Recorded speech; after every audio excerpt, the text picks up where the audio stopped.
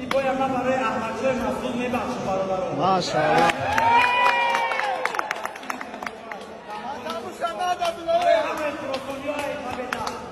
تبریک.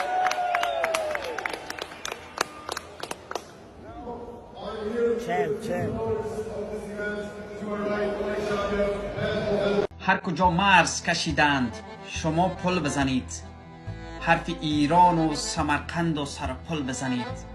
هر که از جنگ سخن گفت بخندید با او، حرف از پنجره رو به تحمل بزنید. نه بگویید به بت‌های سیاسی، نه روی گور همه تفرقه ها گل بزنید.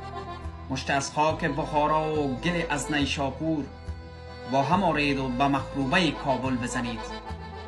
دختران قفس افتاده پامیر عزیز، گل از باغ خراسان به دو کاکل بزنید.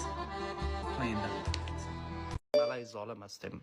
دو، ما تاجیکا و فارسی زبانهای افغانستان که 47% افغانستان را تشکیل میدیم، ما بر ضد هر گروه تروریستی هستیم و هر کسی که بخواه بالای زن ظلم روا بداره ما علیه از استاد هستیم. ما از جبهه مقاومت ملی و پسر احمدشاه مسعود 47% مردم افغانستان قویاً حمایت میکنه.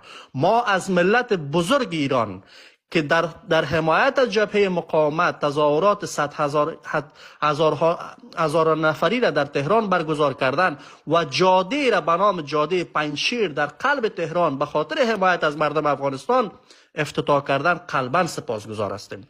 ما طرفدار رابطه نیک با مردم ایران هستیم. با حکومتش ما شاید مشکلات داشته باشیم چون از طالب حمایت میکنه، اما امیدوار هستیم این مشکل رفع شود و دو ملت فارسی زبان افغانستان بتانن با هم یکی باشن چنان که در گذشته ها بودیم. شب همگی خوش. انشالله